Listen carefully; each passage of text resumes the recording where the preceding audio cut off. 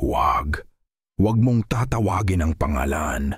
Ang boses ay kasing hina ng kaluskos ng tuyong dahon, pero para itong kulog sa pandinig ni Leo.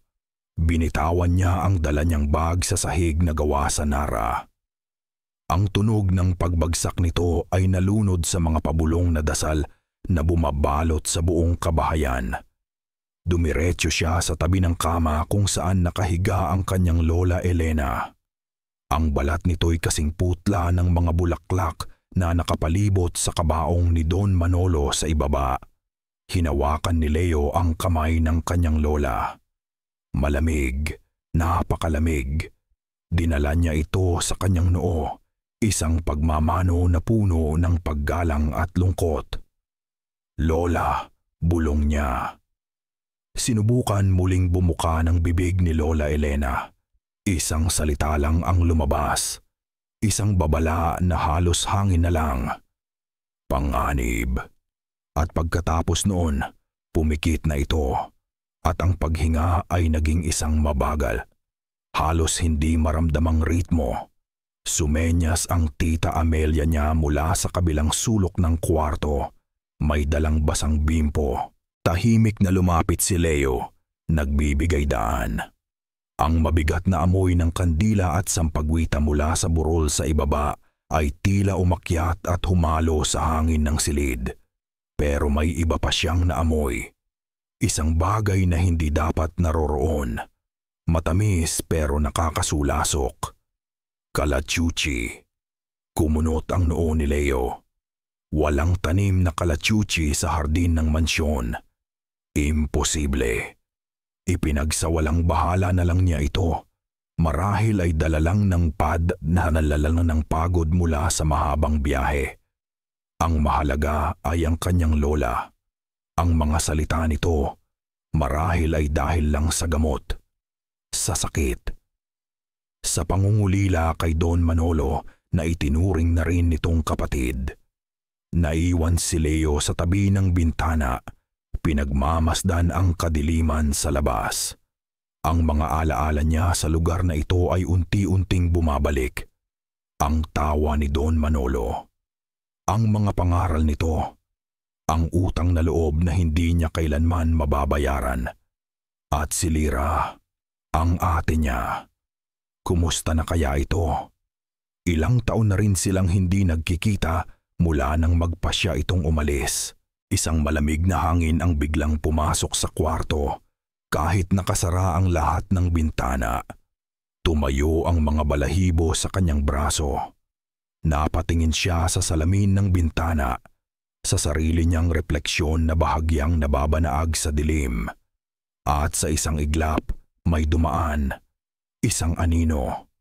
Sa labas ng bintana, ang anino ng isang babaeng mahaba ang buhok, mabilis na naglakad lagpas sa kanyang paningin. Napaatras si Leo, napalunok. Ang puso niya ay nagsimulang tumibok ng mabilis. Pero nasa ikalawang palapag siya ng mansyon. Walang terrace, walang anumang pwedeng maging daanan sa labas ng bintanang iyon. Kinabukasan, ang sinag ng araw ay tila nahirapang tumagos sa makakapal na kurtina ng mansyon. Sinubukan ni Leo na ipagpatuloy ang mga gawain. Nagluto ng almusal, tinulungang mag-ayos ang mga katulong, pero ang anino sa bintana ay nanatili sa kanyang isipan. Isang tunog ng humihintong sasakyan ang pumutol sa katahimikan. Mula sa bintana ng kusina, natanaw ni Leo ang isang itim na SUV. Bumaba mula rito si Marco, ang kanyang matalik na kaiban. Ngayon, siya na ang tagapagmana ng lahat ng ito. Matikas ang tindig, suot ang isang itim na polo shirt, pero ang kanyang mga mata ay tila pagod.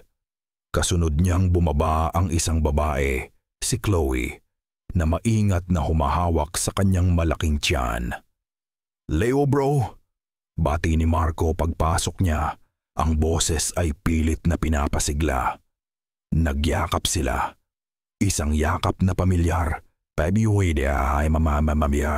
Pero may kakaibang distansya. Si Chloe nga pala. Ngumiti si Chloe kay Leo. Isang matamis pero halatang pagod ng ngiti. I'm sorry for your loss. For everyone's loss. Salamat sa pagdating, sagot ni Leo. Habang nagkakape sila sa malaking lamesa na gawa sa mahogany, hindi napigilan ni Leo ang sarili. Marco, may nakita ako kagabi. Panimula niya, dahan-dahan. Ano yun? Tanong ni Marco, habang hinahalo ang kanyang kape. Hindi man lang tumitingin. Isang anino, sa labas ng bintana sa kwarto ni Lola. Pero imposible. Leo, putol ni Marco. At sa wakas ay tumingin ito sa kanya. May ngiti sa kanyang labi, pero hindi ito umabot sa kanyang mga mata. Pagod ka lang, guni-guni mo lang yan. Stress lang tayong lahat sa nangyari kay Lolo. Iba ang tono ni Marco. May bahid ng inis. Kailangan nating maging matatag ngayon para sa pamilya. Utang natin yun kay Lolo Manolo. Huwag na nating dagdagan ng mga kwentong multo. Tumango na lang si Leo. Ayaw nang makipagtalo. Pero habang napapatingin siya kay Chloe, na tahimik na humihigop ng tsaa, may narinig siya.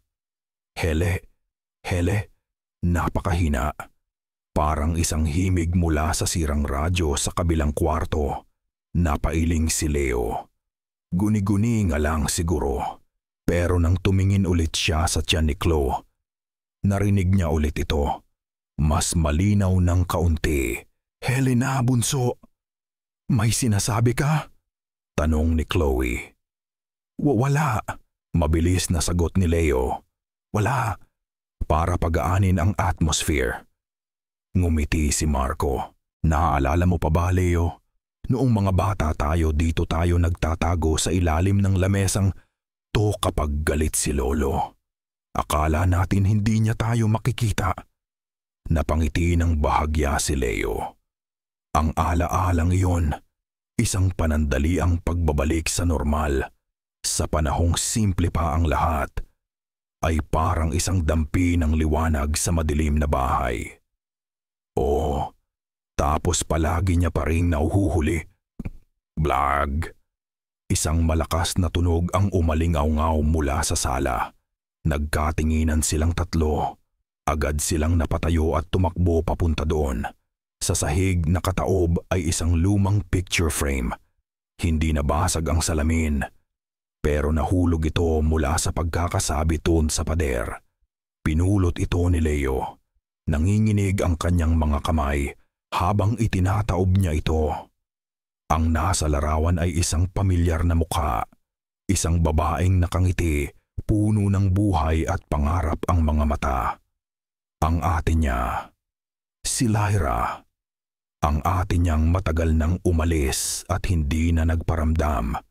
Hindi pinatulog si Leo ng gabing iyon. Paulit-ulit sa kanyang isipan ang mukha sa larawan.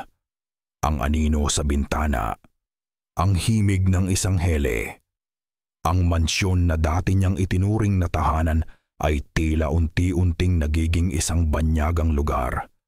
Isang hawlang puno ng mga lihim. Kinabukasan, habang dahan-dahan niyang isinusubo ang lugaw sa kanyang lola Elena, naramdaman niya ang isang matinding pangangailangan na humingi ng tulong. Hindi ito isang bagay na masasabi niya kay Marco. Hindi rin sa mga katulong na halatang takot na ring magsalita. Kinuha niya ang kanyang telepono, hinanap ang isang pangalan na matagal na niyang hindi tinatawagan. Tita Remedio, isang malayong kamag-anak ng kanyang lola, nakatira sa kabilang bayan at kilala sa kanilang angkan bilang isang marunong. Nagring ito ng ilang beses bago may sumagot. Hello? Ang boses sa kabilang linya ay matanda na, bahagyang paos. Tita Remedios, si Leo po ito. Natahimik ang linya ng ilang segundo. Leo? Iho? Sabi nito sa wakas. Napatawag ka. Ang iyong lola. Kamusta na siya? Nakahiga pa rin po, tita. Mahina. Nag-alangan si Leo.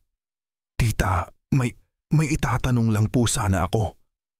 Tungkol sa bahay, sabi ni Tita Remedios. Hindi ito tanong, kundi isang pahayag. Napatango si Leo kahit hindi siya nakikita. Opo, may mga nararamdaman po ako. Mga bagay na hindi ko maintindihan. Muling natahimik si Tita Remedios. Nang magsalita ito ulit, ang boses niya ay puno ng pag-iingat. Malapit na ang ika-40 araw ni Manolo. Opo, sagot ni Leo. Nagtataka kung ano ang koneksyon. Ang ika-40 araw ay isang pintuan. Leo, isang pintuan na magsasara. Kung mayroon mang kaluluwang hindi matahimik, ito ang mga huling araw niya para magparamdam ng malakas. May binanggit itong isang lumang ritual, isang pangalan na ngayon lang narinig ni Leo. Ang pagtatawag. Isang paraan para kausapin ang mga ligaw, pero napakadelikado, iho. Huwag mo! Biglang nagkaroon ng static sa linya. Isang malakas na paggaralgal na halos ikasira ng pandinig ni Leo. At sa likod ng ingay, sa gitna ng static, may narinig siyang isang bulong. Isang boses ng babae, malungkot at puno ng pangungulila. Anak ko. Tita? Tita? Andyan pa po kayo? Sigaw ni Leo sa telepono. Nawala ang static. Ang pumalit dito ay ang tunog ng isang patay na linya. Naputol ang tawag. Nabitawan ni Leo ang telepono. Nanlamig ang buo niyang katawan. Ang bulong na iyon. Napatingin siya sa kanyang lola Elena. Nakapikit pa rin ito, pero tila mas malalim ang mga guhit ng pag-aalala sa noo nito. Habang pinagmamasdan niya ito, ang kanyang lola ay biglang nagsalita. Hindi ito pabulong, hindi ito ungol. Ang mga salita ay malinaw. Kahit ito'y mahina at nagmumula sa isang taong natutulog. Sa ilalim ng puno ng mangga, hanapin mo. Hating gabi. Nagising si Chloe. Hindi dahil sa init, kundi dahil sa lamig. Isang kakaibang lamig na tila bumabalot sa kanyang kumot. May mali. Ramdam niya ito sa kaibuturan ng kanyang mga buto. Idinilat niya ang kanyang mga mata. Ang tanging liwanag sa kwarto ay ang manipis na sinag ng ilaw mula sa pasilyo, tumatagos sa siwang ng pinto na hindi nila kailanman iniiwang bukas. Dahan-dahan siyang bumangon, maingat na huwag magising si Marco na mahimbing na natutulog sa kanyang tabi. At doon niya nakita. Sa sahig na gawa sa makintab na kahoy, may isang madilim na mantsa. Hindi. Higit pa sa isang mantsa, isang bakas ng paa. Isang bakas ng hubad na paa. At may isa pa. At isa pa. Ang mga bakas ay basag, kumikinang sa liwanag mula sa siwang ng pinto.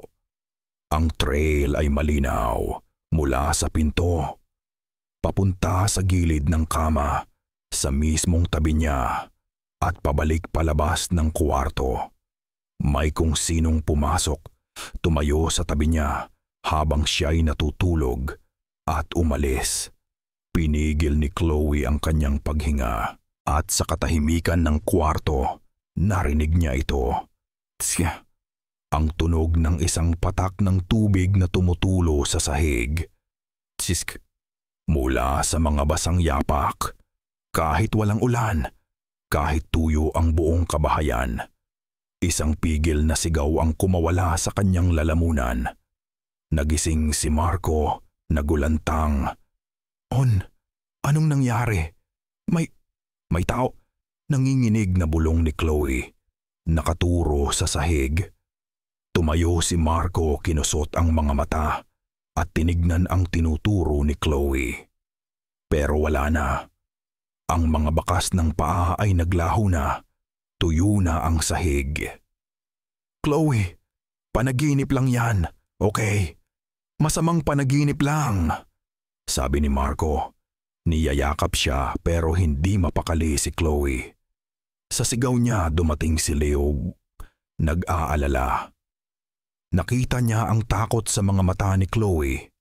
Walang tanong-tanong, bumaba si Leo.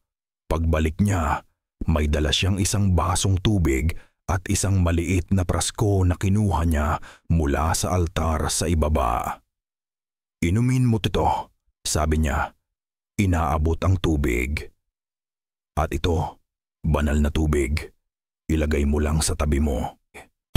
Kinuha ito ni Chloe, ang mga kamay ay nanginginig pa rin. Salamat, Leo. Wala kang dapat ikatakot, hon. Muling sabi ni Marco. Hinahaplos ang buhok ng kasintahan. Tumingin siya sa malaking salamin ng aparador sa kanilang harapan. Tayo lang ang nandito. Tingnan mo. Sinubukan ni Marco na ngumiti para ipakita na ligtas sila. Pero ang ngiti niya ay naglaho. Ang kanyang mukha ay biglang namutla, napalitan ng purong hindi maipintang takot. Ang mga mata niya ay nanlaki, nakatitig sa salamin. Dahil sa refleksyon, sa likod ni Chloe, may nakatayo. Ang anino ni Lyra. Ang buhok nito'y mahaba at basa, tumutulo sa sahig na hindi naman nababasa. At ito'y nakatingin, hindi kay Chloe, kundi sa tiyan nito. Isang nakakabinging sigaw ang kumawala. Pero sa pagkakataong ito, hindi mula kay Chloe, mula kay Marco. Walang nakatulog ng maayos sa gabing iyon. Kinabukasan, ang sigaw ni Marco ay napalitan ng isang desperadong pagtanggi. Wala kang nakita. Walang multo sa bahay na to. Sigaw niya kay Chloe, Manny. Naayaw nang lumabas ng kwarto. Umalis na tayo dito, Leo. Ipagbenta na natin ang lahat at umalis na tayo. Pero hindi kumibo si Leo. Ang takot sa mga mata ni Marco ay hindi takot sa isang multo. Ito ay takot sa isang bagay na alam nito. Isang bagay na pilit nitong tinatakasan. At sa gitna ng lahat ng kaguluhan, isang boses ang umalingaw-ngaw sa isipan ni Leo. Ang boses ng kanyang lola. Sa ilalim ng puno ng mangga, hanapin mo. Hindi na ito isang bulong mula sa isang taong may sakit. Ito na ay isang utos, isang misyon. Nagpaalam si Leo na maglalakad-lakad lang. Pero ang kanyang mga paa ay dinala siya sa likod bahay, kung saan nakatayo ang isang matanda at malagong puno ng mangga. Ang puno kung saan sila ni Lyra ay madalas maglaro noong mga bata pa sila. Nagtataguan sa likod ng malaki nitong katawan, pinapangarap ang hinaharap. Ang alaalang iyon ay tila isang multo na rin, isang masayang multo mula sa nakaraan. Kumuha siya ng isang lumang pala mula sa bodega at nagsimula siyang maghukay. Matigas ang lupa. Pawis na pawis si Leo. Ang bawat pagbaon ng bahaning pala ay tila isang pakikipaglaban sa mismong lupaing iyon. Pero ang hangin biglang lumamig. Isang malamig na hangin hindi nararapat sa sikat ng araw. Ang mga dahon ng mangga sa itaas niya ay nagsimulang kumaluskos ng malakas. Pero walang hangin. Ganap na walang hangin. Pakiramdam niya ay may nanonood. Maraming mga matang nakatitig sa bawat galaw niya. Hindi siya tumigil. Toke. Isang tunog na iba sa tunog ng bato. Tunog ng bakal na tumama sa kahoy. Lumuhod si Leo. At gamit ang kanyang mga kamay, hinukay niya ang lupa. Doon, nakabaon, ay isang baul, isang maliit na baul na gawa sa kahoy. Ang mga bisagra nito ay kin. Ang mga bisagra nito ay kinakalawang na. Nanginginig ang kanyang mga kamay. Bawat hibla ng kanyang pagkatao ay sumisigaw na tumigil na. Naiwanan ang kung anumang nakabaon sa dilim. Pero ang imahe ni Chloe na umiiyak sa takot, ang sigaw ni Marco, ang babala ng kanyang lola. Itinulak siya ng mga ito. Dahan-dahan, maingat. Itinaas niya ang baul mula sa hukay. Mabigat ito, hindi lang sa literal na paraan, kundi dahil sa bigat ng mga taon at mga sikretong itinago nito. Pinilit niyang buksan ang kinakalawang na trangka. Sa isang malakas na pagtulak, bumigay ito. Creak! Ang tunog ng pagbukas nito ay parang isang buntong hininga na matagal nang kinimkim. Sumilip si Leo sa loob. Ang amoy ng lumang tela at alikabok ay sumalubong sa kanya. Ang nasa loob ay hindi ginto, hindi pera, hindi mga alahas. Ang nasa loob ay mga gamit ng sanggol. Isang maliit na pares ng medyas na ganchilyo. Isang sapin na may burda ng isang maliit na araw. Isang bonet na kulay puti. At sa ilalim ng lahat ng ito, isang litrato. Isang litratong punit ang isang gilid. Hawak ni Leo ang litrato. Ang mga daliri niya ay nanginginig. Nakangiti si Lyra dito. Isang ngiting totoo at walang pagkukunwari. Ang ngiting matagal na niyang hindi nakikita. Pero ang katabi niya, isang blankong espasyo. Isang marahas na punit na nag-iwan lang ng isang braso na nakaakbay sa kanya.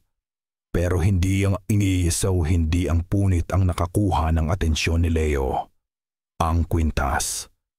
Sa leeg ng lalaking pinunit mula sa larawan, may nakasabit na isang pamilyar na kwintas na pilak, isang custom-made na pendant na hugis alon, isang regalo na naaalala pa ni Leo na ibinigay ni Don Manolo kay Marco noong 18 kaarawan nito. Parang may bumagsak na yelo sa sikmura ni Leo. Imposible. Bumalik siya sa mansyon, Duan.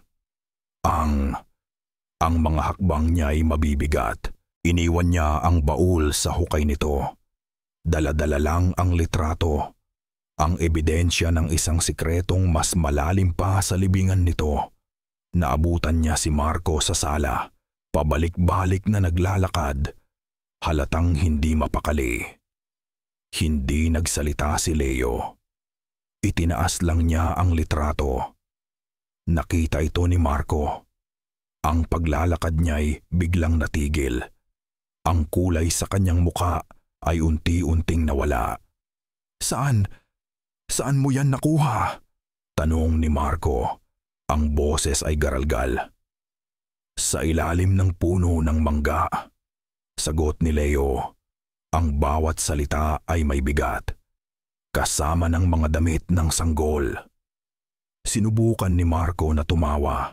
Isang tawang pilit at walang buhay. Kalokohan. Baka gamit lang yan ng kung sino, pero ang mga mata niya ay hindi makapagsinungaling. Nakatitig ito sa kwintas sa litrato at pagkatapos ay sa sarili niyang leeg kung saan nakasabit pa rin ang kaparehong kwintas hanggang ngayon. At sa gitna ng kanilang pag-uusap na puno ng tensyon, isang tunog ang pumutol sa katahimikan. Isang mahinang tunog mula sa itaas. Ang tunog ng isang baby rattle na inaalog. Nanggagaling ito sa direksyon ng kwarto ni Lyra. Ang kwartong nakakandado. Ang kwartong walang sinumang pumapasok sa loob ng maraming taon. Napapikit si Marco. Ang huling piraso ng kanyang pagtanggi ay gumuho.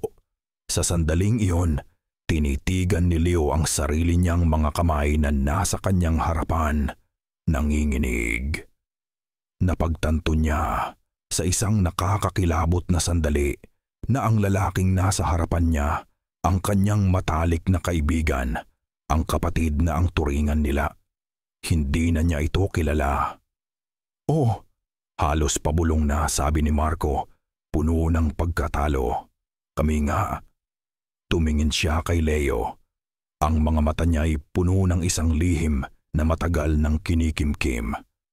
Nagkaroon kami ng relasyon at nabuntis si Lyra. Ang pag-amin ni Marco ay binitin sa hangin, kasing tigas at kasing lamig ng bangkay. Si Leo ay nakatitig lang, sinusubukang iproseso ang mga salita. Pero ang kanyang isip ay tila isang basag na salamin na hindi na kayang buuin ang anumang imahe. Anong ginawa ninyo? Tanong ni Leo. Ang boses niya ay halos hindi marinig. Sa wakas, bumigay si Marco. Ang lahat ng pagtatanggol, lahat ng galit, lahat ng pagtanggi ay gumuho, at ang natira ay isang lalaking nilalamon ng sarili niyang kasalanan. Naupo siya sa pinakamalapit na upuan. Ang mga kamay ay nakasabunot sa sariling buhok. Bata pa kami, Leo. Natakot ako. Simula niya, ang boses ay basag. Si Lolo, papalitan niya ako sa testamento. Mawawala ang lahat sa akin, sa amin. Habang nagsisimula siyang magkwento, ang ilaw sa chandelier sa itaas nila ay bahagyang kumurap. Isang beses lang. Pinilit ko siyang ipatanggal po ang bata. Kumurap ulit ang ilaw. Tapos isa pa, mas mabilis.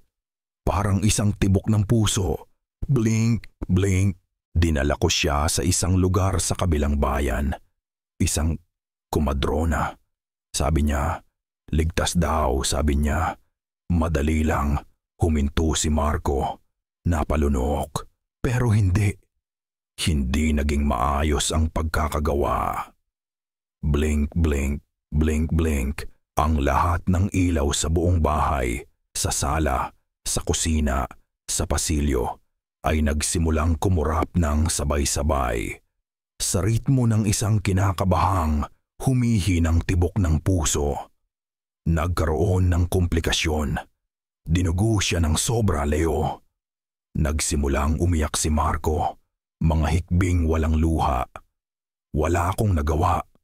Hawak ko ang kamay niya at nawala siya. Sa salitang nawala, isang ilaw ang pumutok sa kusina. Isang matinis na tunog ng nababasag na bubog. Itinago namin ang lahat, patuloy ni Marco. Hindi pinapansin ang nangyayari sa paligid. Si Lolo, tinulungan niya ako. Ang sabi namin, naglayas si Ate Lyra para protektahan ang pangalan ng pamilya. Para protektahan ako. Nabitawan ni Leo ang hawak niyang litrato. Hindi galit ang naramdaman niya. Hindi pagkasuklam. Pighati. Isang napakalalim na pighati para sa kanyang ate. Umiyak si Leo. Ang mga luha niya ay hindi para sa nawalang tiwala sa kanyang kaibigan. Ang mga ito ay para sa kapatid na namatay ng mag-isa. Sa isang madilim na silid, malayo sa kanyang tahanan. Para sa kapatid na ang kwento ay pilit na ibinaon sa limot. Kaya siya nagpaparamdam, bulong ni Leo. Hindi siya aswang. Naghahanap lang siya ng katarungan. Putol ni Marco. Tumatawa ng mapait. Tumayo siya. Ang kanyang muka ay nabalot ng desperasyon. Hindi, Leo. Panggugulo ang ginagawa niya. At hindi ko hahayaang saktan niya ang pamilya ko. Tumingin siya kay Leo. Ang mga mata niya ay puno ng takot. Pero ngayon, mayroon ng determinasyon. Kailangan niyang patahimikin, Leo. Kailangan siyang itaboy. Hindi para sa kanya. Para sa amin, itinuro niya ang kisame sa direksyon ng kwarto kung nasaan si Chloe. Para sa anak ko. Kalabog. Isang napakalakas na kalabog ang umaling-aungaw mula sa itaas, mula sa kwarto ni Chloe. Para itong isang mabigat na aparador na ibinagsak sa sahig. Nagkatinginan sila ni Marco at sa isang iglap ang pighati ay napalitan ng purong dalisay na takot. Tumatakbo sila. Paakyat sa hagdanan, 2 baitang sa bawat hakbang. Ang mga puso nila ay pumupukpok sa kanilang mga dibdib na parang gustong kumawala. Ang pinto ng kwarto ay bahagyang nakabukas. Itinulak ito ni Leo. Ang kanilang nakita ay purong kaguluhan. Ang malaking aparador na gawa sa mahogany ay nakatumba sa sahig. Basag ang salamin nito. Ang mga upuan ay nakabaliktad. Ang mga damit mula sa drawer ay nakakalat na parang mga tuyong dahon. At sa isang sulok, nakaupo sa sahig, ay si Chloe. Yakap-yakap niya ang kanyang mga tuhod, umiiyak at nanginginig. Ang kanyang mga mata ay nakatitig sa kawalan. "Chloe," sigaw ni Marco, pero tila hindi siya naririnig. Lumapit si Leo. "Chloe, anong nangyari?" Itinaas ni Chloe ang isang nanginginig na daliri. Itinuturo ang isang blangkong espasyo sa tabi ng kama. "She was here," bulong niya. Ang boses ay paos sa takot. "She was right here." Nyugyog siya ni Marco. Sinong nandito?" "Yung babae," humikbi si Chloe. Kumakanta siya para sa baby ko." Sa sandaling iyon, ang katahimikan sa kwarto ay nabasag. Ang hele, wala nang pabulong. Wala nang parang galing sa malayo. Ngayon, ito'y malinaw na. Para itong kinakanta mismo sa tabi ng kanilang mga tenga, isang tinig na puno ng pighati at pagmamay-ari. Isang malamig na himig na tila yumayakap sa buong silid. "Helena, bunso, ang iyong pagtulog." Pero sa pagkakataong ito, may karugtong. Isang huling salita na tumarak sa kanilang mga puso na parang patalim ay sa piling akin. Natigilan si Marco, naparalisa sa kinatatayuan. Pero si Leo, sa gitna ng takot, ay kumilos. Nilampasan niya si Marco at lumuhod sa tabi ni Chloe. Niyakap niya ito.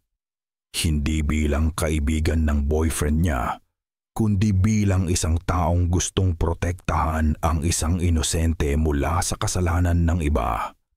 "Shh! Ligtas ka," bulong niya, kahit hindi niya alam kung paano iyon tutuparin. Tumigil ang pag-awit. Ang tanging maririnig na lang ay ang hikbi ni Chloe at ang malakas na paghinga nilang tatlo. Pero hindi pa tapos. Napatingin si Leo sa pinto na kanilang pinasukan. Mula sa ilalim ng siwang nito, may isang bagay na dahan-dahang gumagapang papasok.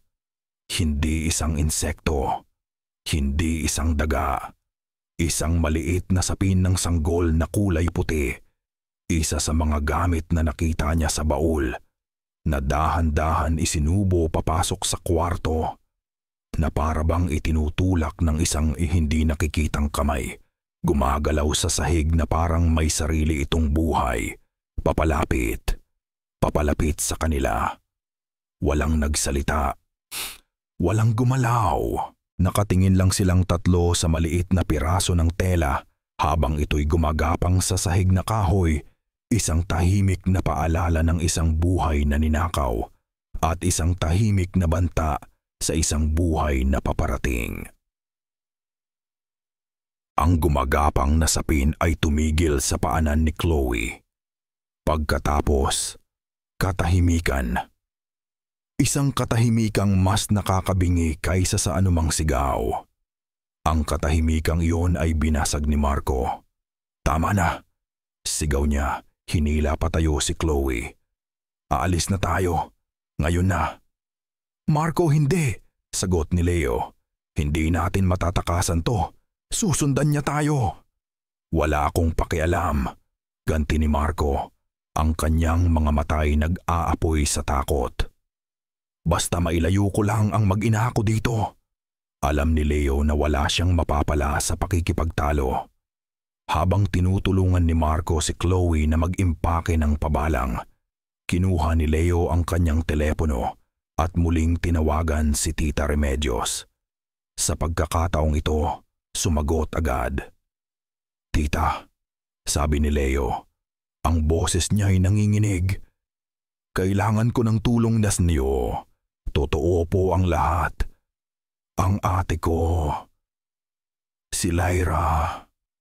Ikinuwento niya ang lahat. Ang baul, ang pag-amin ni Marco, ang mga pagpaparamdam. Nakikinig lang si Tita Remedios sa kabilang linya. Nang matapos si Leo, isang mabigat na buntong hininga ang kanyang narinig. "Bukas na ang ika-40 gabi, Leo," sabi ni Tita. Ang boses niya ay puno ng pagkaapura. Ito na ang huling pagkakataon. Kapag nagsara na ang pintuan, mananatili siya sa dilim magpakailanman at hinding-hindi na niya kayo titigilan. "Anong gagawin ko, Tita?" "Kailangan mong gawin ang pagtatawag. Kailangan mong tawagin siya, hindi para itaboy, kundi para pakinggan, para bigyan ng kapayapaan." Pagkatapos ng tawag, hinarap ni Leo si Marco. "Hindi tayo aalis." "Ano?" "Gagawin ko ang ritual," matigas na sabi ni Leo. "Bukas ng gabing." Nagpanting ang tenga ni Marco. "Nababaliw ka na ba? Paano kung saktan niya si Chloe? Paano kung saktan niya ang anak ko? Mas lalo niya tayong sasaktan kung tatakbuhan natin to," sagot ni Leo. Sa unang pagkakataon ay tinaasan niya ng boses ang kanyang kaibigan. "Kasalanan mo to, Marco. Panagutan natin." Ang kanilang pagtatalo ay umalingaw-ngaw sa buong bahay, hanggang sa isang tunog ang pumutol sa lahat. Isang mahinang click. Narinig nila ito mula sa grandfather's clock sa may paanan ng hagdan. At isa pang click mula sa orasan sa pader ng kusina. At isa pa mula sa maliit na alarm clock sa kwarto ni Lola Elena. Sabay-sabay, lahat ng orasan sa bahay ay biglang tumigil. Kinuha ni Leo ang kanyang cellphone. Tiningnan ang oras. 3:17 a.m. Natahimik si Marco. Walang salitang kayang ipaliwanag ang nangyari. Tinalikuran niya si Leo at pumasok sa kwarto. Isinarado ang pinto. Isang pagsuko, naiwang mag-isa si Leo sa pasilyo. Kinuha niya mula sa kanyang bulsa ang punit na litrato ni Lyra. Tinitigan niya ang nakangiting mukha nito. Ang mga matang puno ng buhay na marahas na pinatay. "Hindi kita iiwan, ate," bulong niya sa hangin. "Hindi na ulit." At sa sandaling binitiwan niya ang mga salitang iyon. Tok, tok, tok. 3 malinaw, dahan-dahan at sinadyang katok. Nanggagaling ang mga ito mula sa pinto sa dulo ng pasilyo. Ang pinto ng kwarto ni Lyra. Isang kwartong walang sinumang pumapasok sa loob ng maraming taon. Ang ika-40 araw ay dumating, hindi kasama ang liwanag ng pag-asa, kundi ang isang makulimlim at mabigat na langit. Ang buong bahay ay nababalot sa isang kakaibang katahimikan. Isang nakakabinging katahimikan. Walang maririnig na huni ng ibon sa labas. Walang ugong ng hangin. Para bang ang buong kapaligiran ay nagpipigil ng hininga, naghihintay. Maaga pa lang, nasa telepono na si Leo, kausap si Tita Remedios. Isinusulat niya sa isang kapirasong papel ang bawat tagubilin. "Kandilang puti, 7, sabi ng boses sa kabilang linya. Asin na hindi pa nababasbasan. Mga personal na gamit niya, yung pinakamahalaga sa kanya. At higit sa lahat, Leo, bukas na puso, walang takot, walang galit, pag-unawa lang." Ginugol ni Leo ang buong maghapon sa paghahanda. pinuntahan niya ang nakakandadong pinto ng kwarto ni Lyra. Sa isang pitik lang bumukas ang lumang seradura. Ang alikabok ay sumalubong sa kanya, pero ang lahat ng gamit ay nasa ayos pa rin, na para bang naghihintay lang sa pagbabalik ng may-ari. Mula sa tokador, kinuha niya ang isang lumang suklay na gawa sa kahoy. Naalala niya kung paano niya tinutulungang magsuklay ng mahabang buhok ang kanyang ate noong mga bata pa sila. Ang amoy ng shampoo nito na parang bulaklak. Hinawakan niya ito ng mahigpit. Ito na siguro ang pinakamahalaga. Sa isang sulok nakatayo si Marco, pinapanood ang bawat galaw ni Leo. Ang kanyang mukha ay isang maskara ng pinaghahalong takot at galit. Hindi siya tumutulong, hindi rin siya pumipigil. Isa na lang siyang anino sa sarili niyang pamamahay. Isang manonood sa isang dulang, hindi niya kayang pigilan. Si Chloe naman ay nanatili sa loob ng kanilang kwarto. Ang pinto'y nakalak. Ang tanging maririnig mula sa loob ay ang mahinang bulong ng pagdarasal. Isang desperadong litanya na paulit-ulit. Inayos ni Leo ang lahat sa gitna ng sala. Ang lugar kung saan nahulog ang litrato ni Lyra. Gumawa siya ng isang bilog gamit ang asin. Sa loob nito, ipinuwesto niya ang 7 kandila. Sa gitna, inilagay niya ang suklay, ang litratong punit at ang maliit na sapin ng sanggol. Habang papalubog ang araw, ang kulay kahel na liwanag ay dumaan sa mga bintana, nagbibigay sa buong silid ng isang malagim na kulay. Humugot ng malalim na hininga si Leo.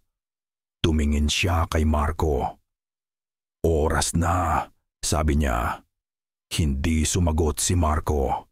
Sa sandaling iyon, isang malakas na kulog ang yumanig sa buong bahay. Isang dagundong na nagmula sa kalangitan. Pero nang tumingin si Leo sa bintana, walang ulap. Ang langit ay malinis at malinaw. Nagsimula na, hating gabi. Ang tanging liwanag sa sala ay nagmumula sa 7 kandila. Ang kanilang mga ningas ay hindi gumagalaw, na para bang ang hangin mismo ay natatakot huminga. Nakaupo si Leo sa sahig, sa labas lamang ng bilog na asin. Ang kanyang mga mata ay nakapikit. "Lyra!" Bulong niya sa katahimian. "Ate Lyra, walang nangyari. Nandito ako, si Leo." Mas nilakasan niya ang kanyang boses. "Hindi kita kalaban. Gusto kitang pakinggan." Isang malamig na simoy ng hangin ang biglang gumapang sa sahig. Pinatay ang isa sa mga kandila. Ang anino sa kwarto ay tila lumalim. "Alam ko ang ginawa nila sa'yo," patuloy ni Leo. Pinipigilan ang panginginig ng kanyang boses. "Alam ko ang sakit. Patawarin mo ako. Patawarin mo ako dahil wala ako sa tabi mo." Kriyak! Ang bintana sa kanyang likuran ay dahan-dahang bumukas kahit walang sino mang gumagalaw dito. 2 pang kandila ang namatay. Nilamon ng kadiliman. Ang amoy ng kalachuchi ay bumalik, matapang, nakakasulasok. Pero sa likod nito, may isa pang amoy. Amoy ng basang lupa. Amoy ng ulan. "Lyra, ate." At pagkatapos, naramdaman niya ito. Isang bigat sa hangin sa kanyang harapan. Isang presensya. Idinilat niya ang kanyang mga mata sa loob ng bilog na asin. Nakatayo ang isang anyo. Hindi ito isang halimaw. Ito ang kanyang ate. Nakasuot ng puting bestida na basa at may mantsa ng lupa. Ang mahaba nitong buhok ay tumutulo sa sahig na hindi naman nababasa. At ito'y umiiyak. Mga luhang tahimik pero puno ng pighating katumbas ng isang habambuhay. Anghele, Narinig niya ulit ito. Pero hindi na ito isang banta. Ito na ay isang iyak. Isang awit ng kalungkutan para sa isang nawalang anak. "Patawad," hikbi ni Leo. Itinaas ng anyo ni Lyra ang isang kamay na para bang gusto siyang abutin. Pero ang bilog na asin ay pumipigil dito. At sa sandaling iyon, isang bagay ang pumasok sa isip ni Leo. Isang alaala. Isang huling, malinaw na salita mula sa kanyang Lola Elena kaninang umaga bago ito tuluyang mawalan ng malay. Isang pangalan. Ang pangalan na dapat sana ay para sa sanggol. "Angelo," sabi ni Leo. Ang boses niya ay malinaw at matatag. Tinawag niya hindi lang ang pangalan ng kanyang ate, kundi pati na rin ang pangalan ng kanyang hindi na isilang na pamangkin. "Lyra at Angelo, patawarin niyo kami." Tila nagulat ang anyo ni Lyra. Ang pag-iyak nito ay bahagyang tumigil. Ang galit sa mga mata nito ay napalitan ng pagkilala. Ngunit sa sandaling iyon ng marupok na koneksyon, beng! Ang pinto ng sala ay bumukas ng malakas. Pumasok si Marco. Ang mukha ay gusot sa takot at galit. Hawak niya ang isang lumang krusipiho. "Lumayo ka sa kanya!" Sigaw ni Marco. Itinutok ang krus kay Lyra. "Wag! Baka saktan niya tayo!" Ang pagpasok niya, ang sigaw niya, ang takot niya, binasag nito ang lahat. Ang marupok na kapayapaan ay nagkadurog-durog. Ang anyo ni Lyra ay dahan-dahang lumingon kay Marco at ang pighati sa mga mata nito ay biglang napalitan ng purong nag-aapoy na galit. Ang galit ni Lyra ay isang pisikal na puwersa. Ang natitirang 4 na kandila ay namatay lahat ng sabay-sabay. Ibinabagsak ang buong silid sa ganap na kadiliman. Ang tanging maririnig ay ang pagsigaw ni Marco at ang pag-aspas ng hangin na kasing lakas ng isang bagyo sa loob ng bahay. "Marco, tumahimik ka!" sigaw ni Leo, sinusubukang bumangon. Naramdaman niya ang isang malamig na presensya na dumaan sa kanyang tabi. Mabilis, galit. Narinig niya ang pagbagsak ng krusipiho sa sahig kasunod ng isang sigaw ng sakit mula kay Marco. "Leo, tulong!" Sa gitna ng kadiliman at kaguluhan, isang boses ang narinig ni Leo. Ang boses ng kanyang lola sa kanyang isipan. Ang kasalanan, kailangang harapin. Kahit nanginginig, gumapang si Leo sa direksyon ng boses ni Marco. Hinawakan niya ang balikat nito. "Marco, humingi ka ng tawad. Ngayon na. Ayoko. Papatayin niya ako." "Mas lalo niya tayong papatayin kung hindi ka aamin." Itinulak ni Leo si Marco sa gitna. "Magsalita ka. Sabihin mo ang totoo sa kanya. Harapin mo siya." Ang hangin ay lalong lumakas, umiikot sa kanilang dalawa. Nararamdaman ni Leo ang pagyelo ng hangin, ang presensya ni Lyra na nakatutok lahat kay Marco. "Patawad." Nagsimulang humikbi si Marco. Ang kanyang tapang ay tuluyan ng gumuho. Ang natira na lang ay isang duwag na lalaking naharap sa kanyang multo. "Lyra, patawarin mo ko." Pero ang hangin ay hindi humihina. "Hindi sapat!" sigaw ni Leo. "Bakit? Sabihin mo kung bakit. Patawarin mo ko dahil iniwan kita." Sigaw ni Marco sa kadiliman. Ang mga salita ay puno ng pait at pagsisisi. "Patawarin mo ako sa hindi pagpanagutan sa anak natin. Patawarin mo ako dahil pinili ko ang sarili ko. Patawad, Lyra. Patawad." Ang mga salitang iyon, ang huling pag-amin, ang hubad na katotohanan, ay tila isang susi na nagbukas sa isang bagay. Dahan-dahan, ang hangin ay humupa. Ang nakakabinging ingay ay napalitan ng isang malalim na katahimikan. Isa-isang sumindi muli ang mga kandila. Ang kanilang liwanag ay nanginginig. Sa gitna ng bilog, nakatayo pa rin si Lyra. Pero ang galit sa kanyang muka ay nawala na. Ang natira na lang ay isang pagod na kaluluwa. Tumingin siya kay Marco, pagkatapos ay kay Leo. Isang malungkot na ngiti ang gumuhit sa kanyang labi. At sa huling pagkakataon, narinig nila ang kanyang boses.